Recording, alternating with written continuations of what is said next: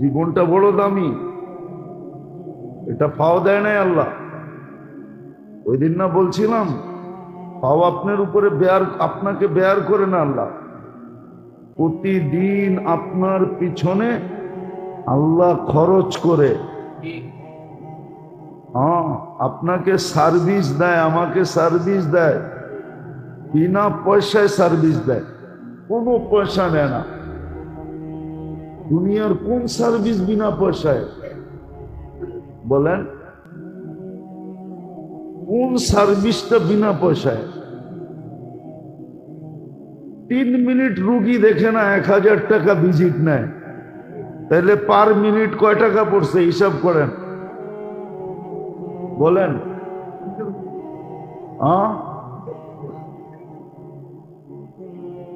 Per minute কত পড়ছে ওইটা তো মানেন।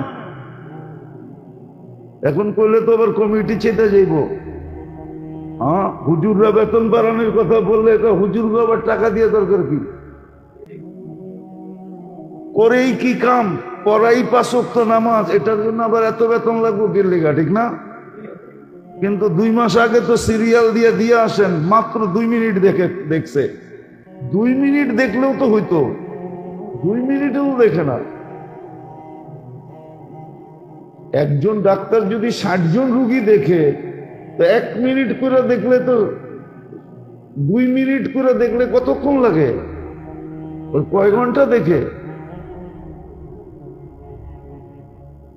2 মিনিটও তো দেখে না। রাগ হয় না, বুঝানোর জন্য বলতেছি। আল্লাহ আমাদেরকে সার্ভিস দিতেছেন ফ্রি, বিনা পয়সায়। কত টাকার সার্ভিস দিতেছে ওটা দেখাইছিলাম, যে পানির দামে অক্সিজেন কিনলে ডেলি 16,500 টাকা বিল দিতে হইতো। তখন বোঝা যেত খাইতেন, পড়তেন, না বাড়ি বানাইতেন, না গাড়ি কিনতেন, না বাঁচতেন। তখন বোঝা যেত ডেলি 550 টাকা, 16,500 টাকা বিল দিতে হতো পানির দামে কিনলে। হ্যাঁ, পানির দামে কিনলে 1 লিটার পানি 30 টাকা। অক্সিজেন কি পানির দামে? যেটা বুঝাইতেছিলাম মেরে দোস্ত, কথা পুরা এলোমেলো হয়ে গেছে। রাগ হয়েন না, এটা দরকার, আমাদের শিক্ষা দরকার, জিন্দেগিটাকে গুছানোর দরকার। রমজান আসছিল এই জন্য, রমজান আসছিল এর জন্য, মানুষকে মুত্তাকি বানানোর জন্য। কেননা মুত্তাকি তাকওয়া প্রত্যেকের থেকে মতলুব। আর আল্লাহওয়ালা বলেন বেলায়াতের মেন জিনিসই হলো তাকওয়া। মেন জিনিসই, যে যত মুত্তাকি সে তত বড় আল্লাহওয়ালা। তাকওয়া যার ভিতরে যত বেশি তত বড় আল্লাহওয়ালা। এই জন্যই তো আল্লাহ বলছে ইন্না আকরামাকুম ইনদাল্লাহি আতকাকুম। আমার কাছে সবচেয়ে সম্মানীকে জানো? ইন্না আকরামাকুম ইনদাল্লাহি। তোমাদের মধ্যে আমার কাছে সবচেয়ে সম্মানীকে জানো? আল্লাহ নিজে অ্যান্সার দিছে আতকাকুম। যার ভিতরে যত তাকওয়া বেশি তার দাম আমার কাছে সবচেয়ে বেশি।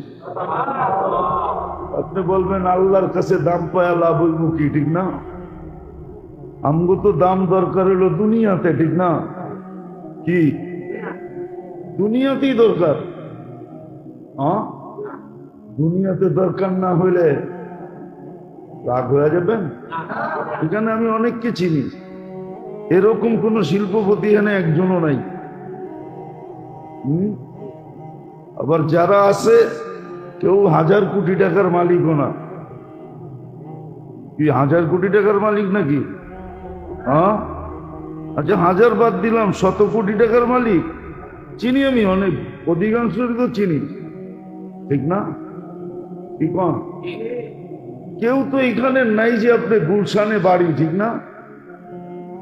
ধানমন্ডি, বাড়িদারা নাই, বনানী তাও নাই। বাড়িওয়ালাও তো নাই, 2-4 জন আছে বাড়িওয়ালা, ঠিক না? বাকি তো সব কি ভাড়াটিয়া। আচ্ছা রাগ হবেন না, বুঝানোর জন্য, বাড়িওয়ালা হইল কত বড় আর বাড়ি, হয়তো 2 কাঠা, নাইলে 1 কাঠা, নাইলে 1.5 কাঠা, এমনও তো বাড়িওয়ালা আছে আধা কাঠা মাত্র বানায় লইছে, উপরে বানায় লইছে। গুলশান, বনানী, ধানমন্ডি, বাড়িদারা, বসুন্ধরা, লাক্সারিয়াস এলাকা, ঠিক না? মাওয়া একটা আছে, মাওয়ায় যেটা হাতের বাম দিকে পড়ে, আমিন গ্রুপ বানাইছে, দেখছেন? হ্যাঁ, দুনিয়ার তো কোনো জায়গার তুলনায় কিছুই পাইলাম না, ঠিক না? পাইছেন? হ্যাঁ, এটা আল্লাহরে হারাইলেন কেমনে? দুনিয়া পাইতেন, মাইনা নিতাম যে দুনিয়া পাইছে, আল্লাহ হারাইছে, মনকে বুঝ দিতাম, ঠিক না? দুনিয়ায় তো একটা ভালো বাড়িও পেলাম না, সুবিশাল একটা ফ্ল্যাটও পেলাম না। লাউড স্পিকার বাইরে খোলা, নাইলে কিন্তু বইলা দিতাম। আমি বলতে আবার দ্বিধা টিদা কম করি, আমার মুখ খুইরা কিন্তু যা বইলা দিমু সামনে সামনে। হ্যাঁ হ্যাঁ, আমাদের তো এরকম অবস্থা যে মা বাবা সারাদিন অপেক্ষা করতে হয় যে পোলা পান্ডি কখন ঘুমাইলো, এছাড়া তো দুইজনে মুখ লাগায় কথাও বলতে পারে না। এই পরিবেশে বসবাস, মনে হয় বোঝেন না, ইঙ্গিত সিঙ্গিত বোঝেন না, ঠিক না? হ্যাঁ, তো দুনিয়ার কি পাইলাম যে আল্লাহরে হারায় ফেললাম, আখেরাত হারায় ফেললাম। আরে বুঝলাম ওরা হারায় ফেলছে, ওদের কাছে একটা আছে, 1 কাঠা বেচলে 20 লাখ, 20 কোটি। হ্যাঁ, আপনাকে আমাকে তো 20 বার বেচলো 20 কোটি হইব না, কেউ কিনতেই চাইব না। আপনারে কিনবো কে? এটা বলেন আমারে, কি কিনবো? হ্যাঁ, কে কিনবো? কিনলে 15-20 হাজারের উপরে বেতন দিতে চায় না কেন? আর কাউকে তো তেলাইতে থাকে 2 লাখ 2.5 লাখ দিন, ওটাও তো না। কি পাইলাম দুনিয়ার? বলে কি পায় হারায় গেলাম? দুনিয়াও পেলাম না, আখেরাতও পেলাম না। তাহলে কি ওই হাদিস সত্য? মিসকিনুন ফখুর। আল্লাহর রাসূল বলেন, আমার উম্মতের যারা দুনিয়াও পায় না, আখেরাতও পায় না, ওদের চেয়ে বড় হতভাগা কেউ নেই। দুনিয়াওয়ালারা তো বলতে পারবো, হ্যাঁ, ওই সাহাবীর মতো আমি 1 লক্ষ দিনার কোনোদিন একসাথে দেখি নাই। হাসান রাদিয়াল্লাহু তাআলা আনহু ঘরের থেকে 1 লক্ষ দিনার ওনার কাছে আসতে হাদিয়া, উনি বলছে লয়া যা, তোরে হাদিয়া দিলাম।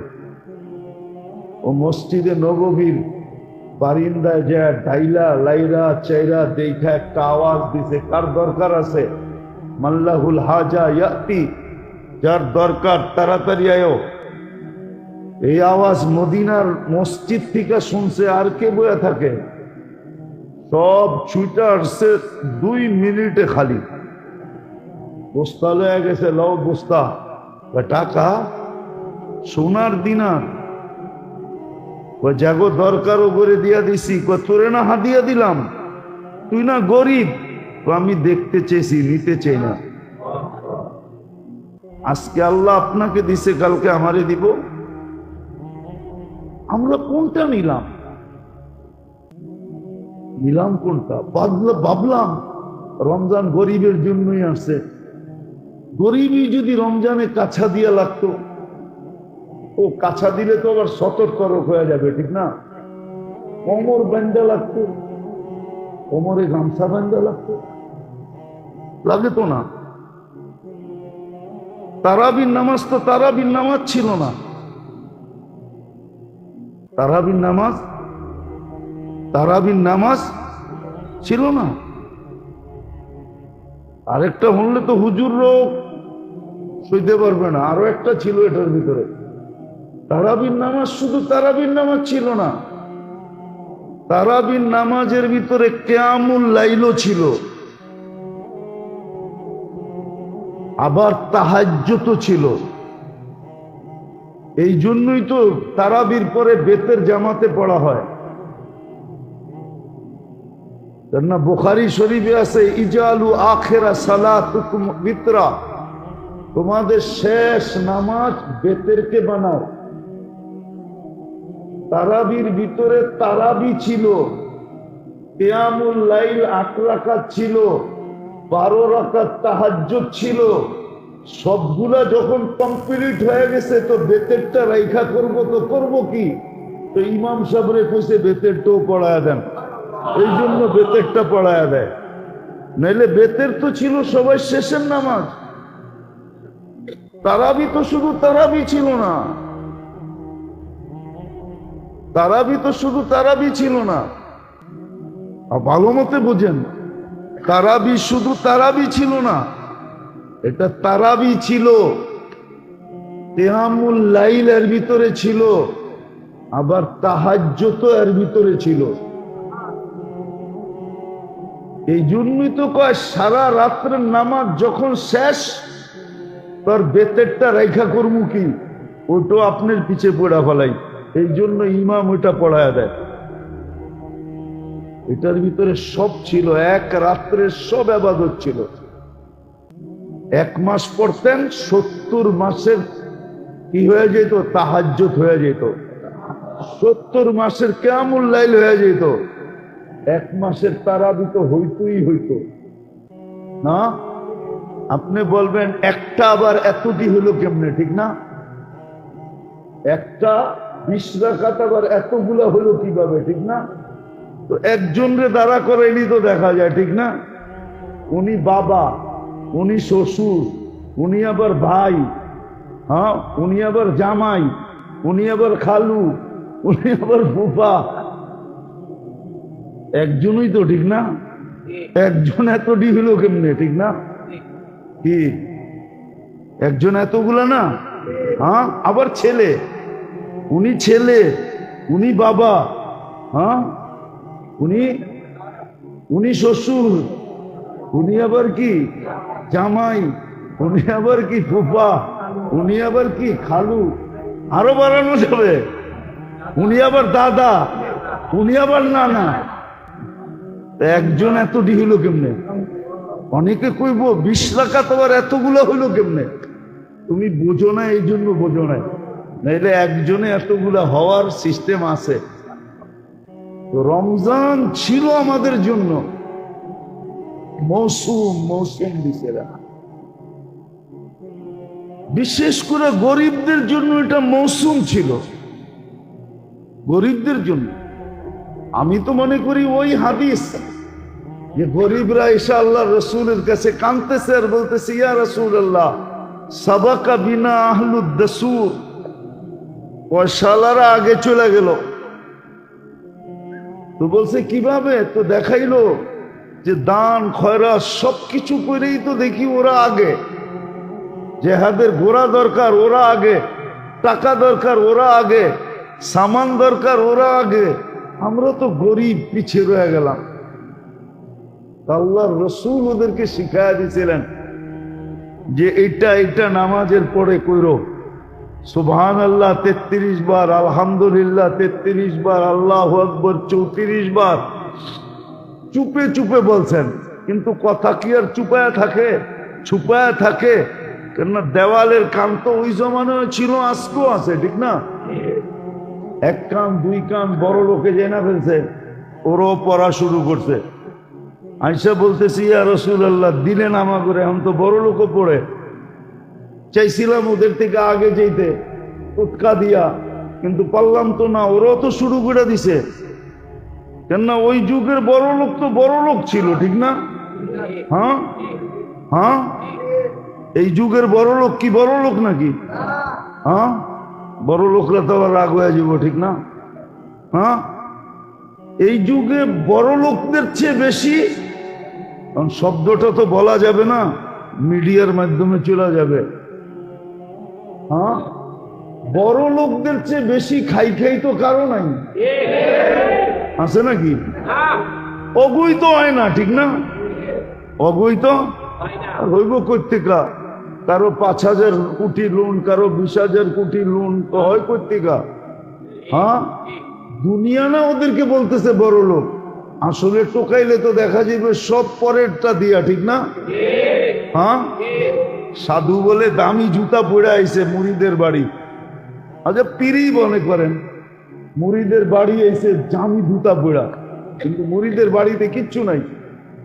তো মুড়ি বসাইছে, বাজারে নিয়ে জুতা বেচে আনছে, ইচ্ছা তারপরে বাজার করে আনছে, খুব খাওয়াইছে লওয়াইছে, আর খাওয়াইতেছে আর বলতেছে সব আপনার চরণের বদৌলতে। সেইটাই দেয়, এটাই কি চরণের বদৌলতে। যখন সর্বশেষ এখন বিদায়ের পালা, ওই সময় যা বাইচা ছিল ওইটা মুঠ করে হাদিও দিয়া দিছে। তখন পিসাব বলতেছে, বাবা আমার জুতা। শুরুর থেকে কি বললাম, আপনার চরণের বদৌলতে। এটা তো বারবার বলতেছিলাম, আপনার জুতা বেচেই তো এগুলা করছি। হ্যাঁ, তো যাদেরকে আমরা ধনী বলি ওরা তো চরণের বদৌলতে, ঠিক না? কি বলেন? হ্যাঁ, যেটা বুঝাইতেছিলাম মেরে দোস্ত, মেরে ভাইও, মেরে আদিত, রমজান তো আমার মনে হয় গরিবের জন্যই ছিল। তোফা, তোফা ছিল, তোফা, তোফা ছিল গরিবদের জন্য। বলেন ধনীদের জন্য ছিল না? হ্যাঁ, ধনীদের জন্য ছিল, যদি সে কাজে লাগাইতে পারত, কিন্তু লাগায় তো নাই। ওই যে গত জুমা আমি বললাম না, সিন্ডিকেট হওয়া দরকার ছিল মহল্লায়, সিন্ডিকেট হয়েছে কোথায়? সিন্ডিকেট হয়েছে তেলের বাজারে, তেল শর্ট, তেল নাই, শর্ট, কি শর্ট? এটাই মনে হয় কোরআনে বলছিল, তামাত্তাউ, খায়া যা, দুনিয়াতে কত খাবি, খায়া যা, ওমা লাহু ফিল আখিরাতি মিন নাসিব। ভাবতেছে হুজুররা ধাক্কা জান্নাতে পাঠায় দিবে, এত সহজ, এত সহজ। Hisham ibn Marwan, Hisham ibn Umar ibn Abdul Aziz রহমতুল্লাহ আলাইহ সম্বন্ধী, উমর ইবনে আব্দুল আজিজ রহমতুল্লাহ আলাইহ সম্বন্ধী। হিশাম যখন মারা যায়, হিশাম শুনানের জন্য বলতেছি, হিশাম যে বুঝার জন্য, হিশাম যখন মারা যায় তো লাশ যখন কবরের পাশে নিয়ে আসছে, তো কাপড়ের উপর দিয়ে দেখা যাইতেছিল ভিতরে লড়তেছে। তো ছেলেরা চিৎকার দিয়া বলতে যে আব্বা তো মারা যায় নাই, বলতেছিল ফুপা আব্বা মারা যায় নাই। তো বলতেছিল বেটা মারা গেছে, আজ্জালা লাহুল উকুবা, শাস্তি আগেই চলে আসছে। কেননা আমি শুধু তোমার বাপেকে দেখতেছি না, আরো 3 ভাইকে দেখছি। মৃত্যুর পরে সবার চেহারা পশ্চিম দিক থেকে ফিরে গেছে। হিশামকে চিনেন? জানি ছিল না, জিনা করে নাই, শরাব পান করতেন না, ডেলি তাহাজ্জুদের ভিতরে 10 পারা কোরআন শরীফ পড়তেন, ডেলি, ডেলি তাহাজ্জুদে 10 পারা পড়তেন, ডেলি তাহাজ্জুদে।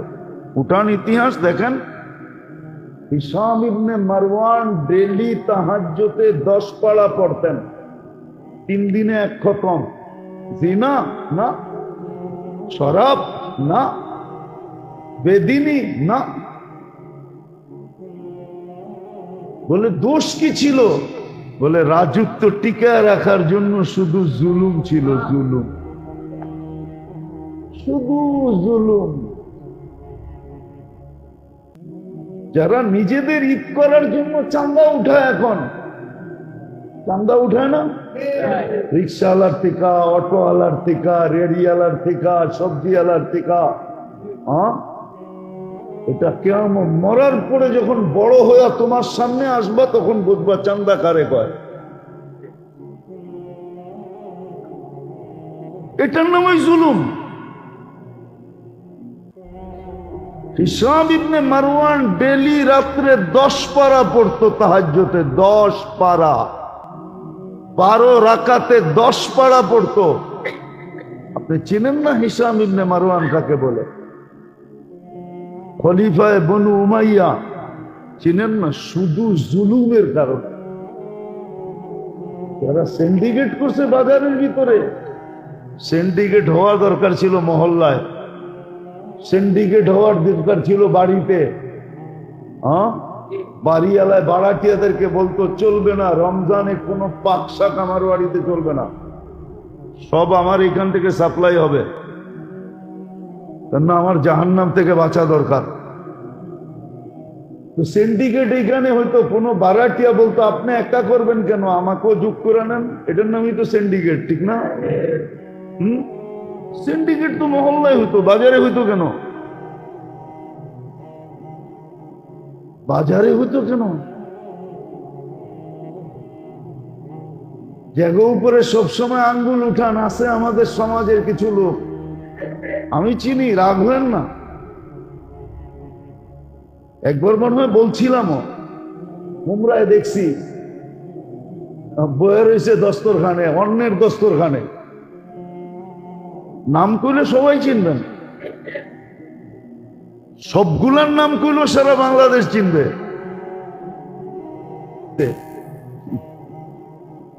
আবার ও দেয় নাই ঠিকই আছে, ভাইবা কে হাজার হাজার কোটি টাকা থাকলে কি একটাও তো আমার না, পরের জ্যাবেরতে লয় না কোটিপতি আমি, ঠিক না?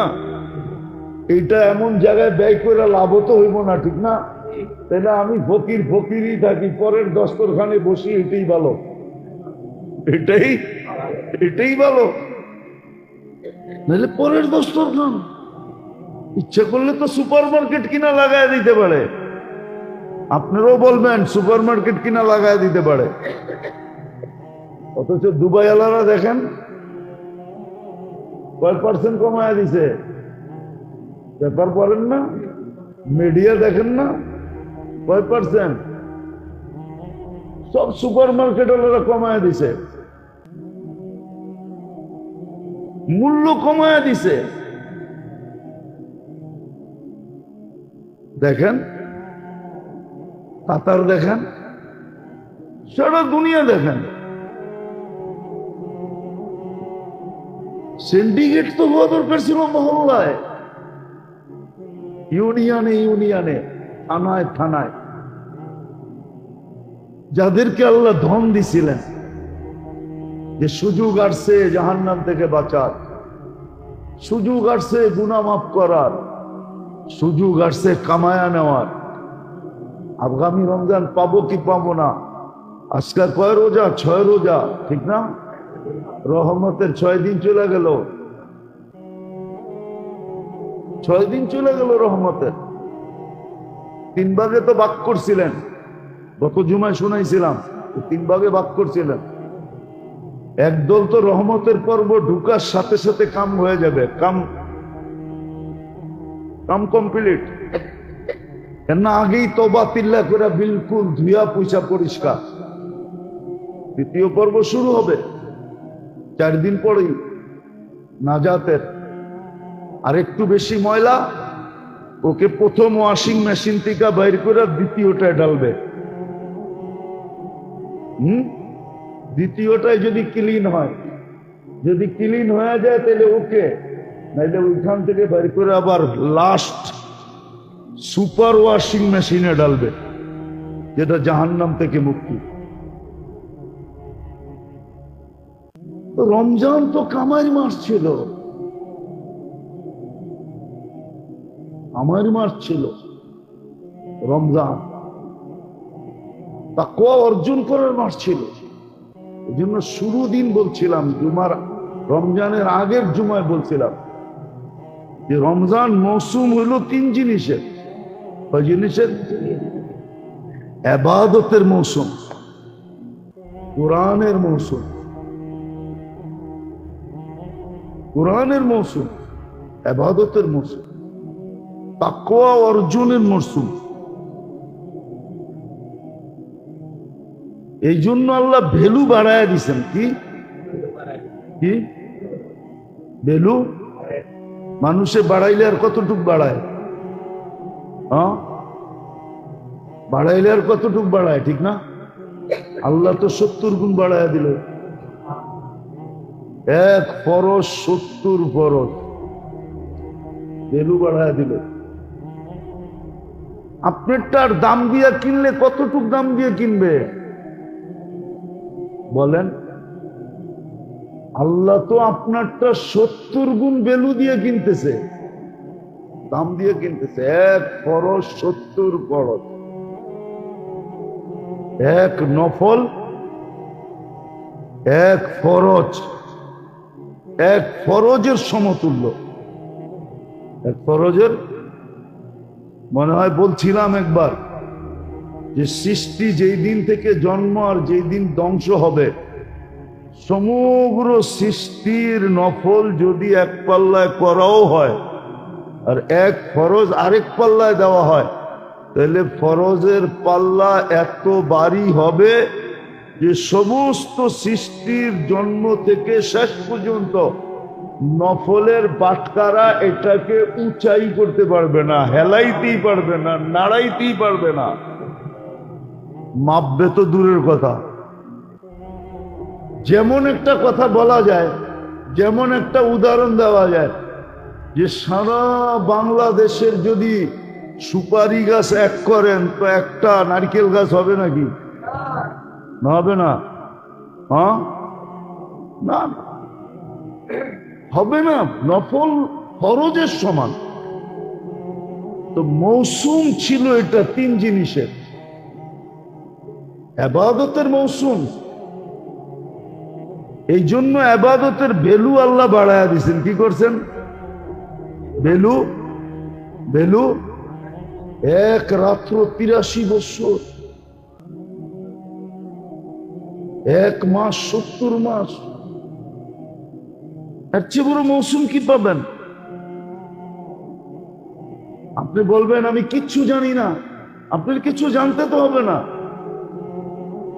এই উম্মতের জন্য তো শুধু ইয়ারি। কি ইয়ারি? আমরা অতীতে দেখছি, আমি তো কিচ্ছু পারি না। বেটা তুই খালি পরীক্ষার হলে যাবি, আমি খালি সিসি ক্যামেরায় দেখমু আর আঙ্গুল দিয়ে দেখামু ওই যে হলে ঢুকছে, তুই ক্যাডার হইয়া বাইরে আয়া পড়বি। মনে হয় বোঝেন নাই?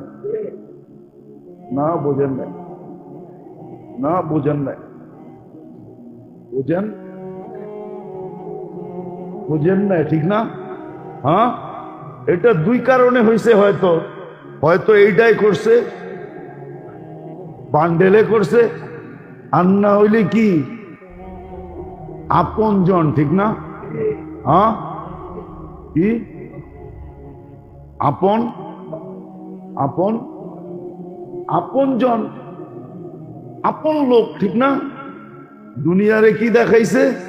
এই যে দেখেন না, পরীক্ষার হলে ঢুকছে, 3 ঘন্টা না বইয়া ছিল, খাতা তো দেখায় নাই, 3 ঘন্টা কলম লইয়া লেখছে, ঠিক না? ও পাস না করলে কে করবো, ঠিক না? এরম পাস হইছে না হয় নাই? হ্যাঁ, এটা 2 কারণে, ঠিক না? আরটা কি?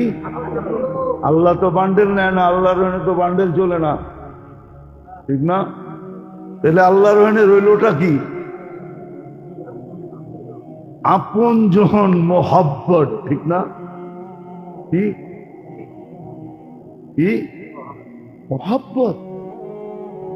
এই জন্যই তো বলছে এই উম্মতকে ইমাম তো এই জন্যই দিছে, নাহলে তো আমাকে কান্দে বার দেওয়ার দরকার ছিল না। আপনারা ভাবছেন আমরা ইমামতি করে খুব কামাই, গাড়ি গুড়ি হাঁকাই ইমামতি দিয়া? হ্যাঁ,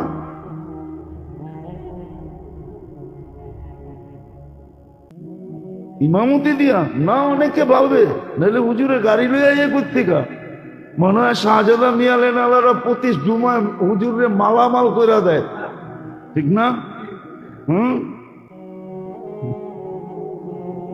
রাগ হয় না, হাসানের জন্য বলতেছি না, জ্যাবেরতে খুলে দেয় দিব আপনার করে কই না। তো আল্লাহর এক মহব্বত আছে এই উম্মতের সাথে, এই জন্যই তো এই উম্মতের জন্য ইমাম লাগাইছেন। এলে কোন উম্মতের জন্য তো ইমাম ছিল না, কোন উম্মতের জন্য ইমাম ছিল না। কোন উম্মতের নামাজ ইমামে পড়াইতো না। তোমারটা তুমি কোয়ালিটি 5 পড়া দেখাও, এই শর্ত ছিল।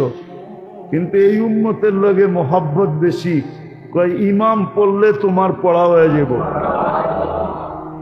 কিরাআতুল ইমামি কিরাআতুন লাহু, ইমাম পড়বো তোমারটাও হয়ে যাবে, তোমারটাও দরকার ছিল যেইখানে, ওইখানে দরকার বোঝা যায় রে, যেইখানে দরকার নাই ওইখানে বোঝা গেছে।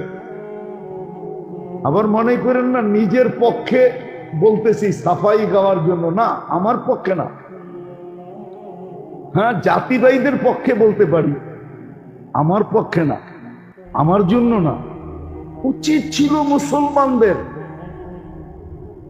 মুসল্লিদের উচিত ছিল যে নামাজ পড়ায়, মসজিদ সামলায়, সারা দিন ওদের খোঁজ খবর নেওয়া উচিত ছিল। ওর বাড়ির বাজার ভাগ করে নেওয়া উচিত ছিল। কিন্তু এটা মুসলমানের ভিতরে নাই, এটা গেছে খ্রিস্টানের ভিতরে। খ্রিস্টান চিনেন? হ্যাঁ, খ্রিস্টান কমিউনিটির পাদ্রির কোনো বেতন হয় না। পাদ্রির যত প্রয়োজন সব প্রয়োজন কমিউনিটি মিটাইতে হবে, এটা হলো ওদের রুলস। পাদ্রির কোনো নির্ধারিত বেতন নাই। ওর যত প্রয়োজন হবে ওর ফ্যামিলির এন্টার খ্রিস্টান কমিউনিটিকে দিতে হবে। যদি খ্রিস্টান থাকতে চায়, যদি কমিউনিটির ভিতরে থাকতে চায়, তাহলে সব বহন করতে হবে। এই জন্য ভ্যাটিকান সিটির মালিককে পোপ, যত আয় হয় এন্টার পয়সা ওর। এটা ছিল মুসলমানের এনে হওয়া উচিত। কেননা আপনি না পড়লেও তো ইমামের পড়া দিয়ে আপনার হয়ে যায় না, যায় না? হ্যাঁ, যায় না, যায় না, বরং কমপ্লিট হবে, কোনো ত্রুটি হবে না। তো যেই ব্যক্তি আপনারটা বহন করতেছে পুরা, আপনি তো আজ পর্যন্ত ইমামদের জিজ্ঞাসা করেই দেখেন নাই যে হুজুর আপনি চলেন কেমনে? হ্যাঁ, যেই ক টাকা বেতন দেন আবার দিয়েও আবার চৌকো বড় বড় করেন। হ্যাঁ, মনে করেন এহসান করতেছে, মনে করে এহসান করতেছে, হুজুরদের উপরে এহসান করতেছে। না না, আপনি এহসান করতেছেন না, এটা আমার আলোচ্য বিষয় না। মনে উঠলো এই জন্য বলতেছিলাম, পূজানের জন্য।